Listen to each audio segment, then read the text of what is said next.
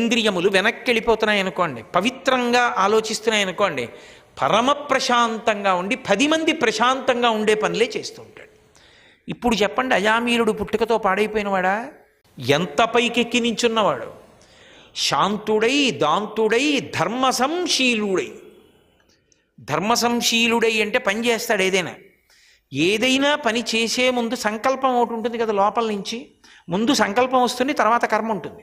అలాగే ధర్మసంశీలుడై అన్న మాటకు అర్థం ఏంటంటే మనసు ఏదో చేయమంటుంది, ఆయన వెంటనే ఏమంటాడంటే అజామీలుడు ఆలోచిస్తాడు, అలా చెయ్యొచ్చని శాస్త్రం ఒప్పుకుందా అని ఆయన ప్రశ్న వేసుకుంటాడు.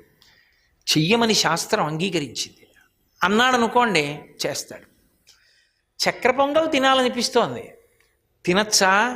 తప్పేం లేదు. గృహస్థాశ్రమంలో ఉన్నవాడు చక్కెర పొంగల్ తింటే తప్పే ఉంది, ఈశ్వరుడికి నివేదన చేసి ప్రసాదంగా తినచ్చు. కాబట్టి రేపు చక్కగా ఈశ్వరుడికి నైవేద్యం పెట్టి చక్కెర పొంగల్ తిందుగానివి, నీ కోరిక తీరుస్తాను అంటాడు. అంటే ఇప్పుడు శాస్త్రం అంగీకరించిన రీతిలో చేస్తాడు. తస్మాత్ శాస్త్రం ప్రమాణంతే అంటే చదువుకున్నవాడే కాడు, ఆచరణలోకి తెచ్చుకున్నవాడు. ధర్మశంశీలుడై సకల వేదమ్ములు చదివినాడు. ఒక్క వేదం కాదు, ఉపనయనం చేసుకుని ఓ వేదం చదువుతారు, మళ్ళీ ఇంకో కొత్త వేదాలు చదవాలంటే మళ్ళీ ఉపనయనం చేసుకోవాలి కొన్ని వేదాలకి. అన్ని వేదాలు చదువుకున్నాడు. అంటే వేదమూర్తులైన అన్న మాటకి పరిపూర్ణంగా అధికారాన్ని పొందాడు. ధర్మ సంశీలుడై సకల వేదమ్ములు చదివినాడు.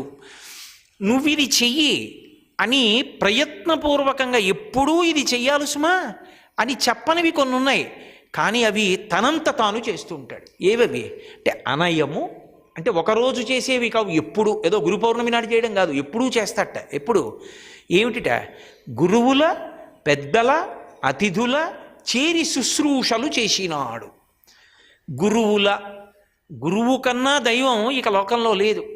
గురువుకి చేసేటటువంటి ఉపకారాలలో మహోపకారం ఏది అంటే గురువుగారి శరీరానికి కలిగే ఖేదాన్ని తగ్గిస్తారు. ఎందుకు తగ్గిస్తారు అంటే గురువు శరీరంలోంచి వెళ్ళిపోయాడు అనుకోండి, మంచి చెప్పేవాడు ఏడి మళ్ళీ శాస్త్రాన్ని చెప్పేవాడు? ఆయన ఉండాలి గురువు శరీరంలో. అంటే ఆ శరీరము ఖేదపడకుండా రక్షిస్తే ఆయన శిష్యులను అనుగ్రహిస్తాడు. గురువుగారి శరీరానికి కలిగే బడలిక తగ్గించడాన్ని శుశ్రూష అంటారు.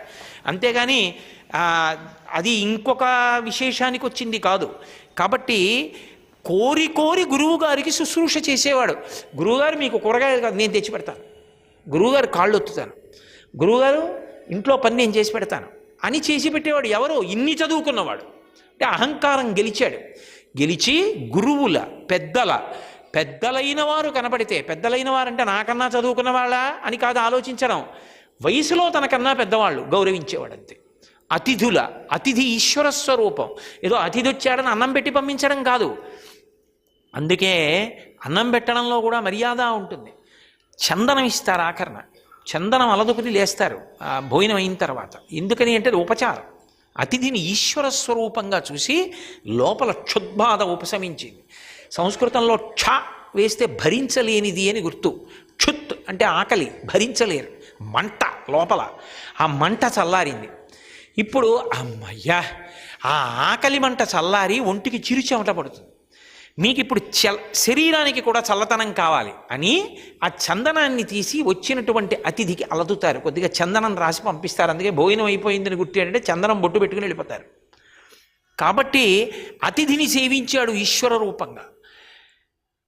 అనయము గురువుల పెద్దల అతిథుల చేరి శుశ్రూషలు చేసినాడు. సర్వభూతములందు సమబుద్ధి అయి చాలా బహుమంత్ర సిద్ధుల బడసినాడు.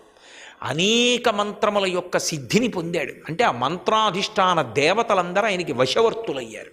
సర్వం శ్రీ ఉమామహేశ్వర పరబ్రహ్మార్పణమస్తు. స్వస్తి.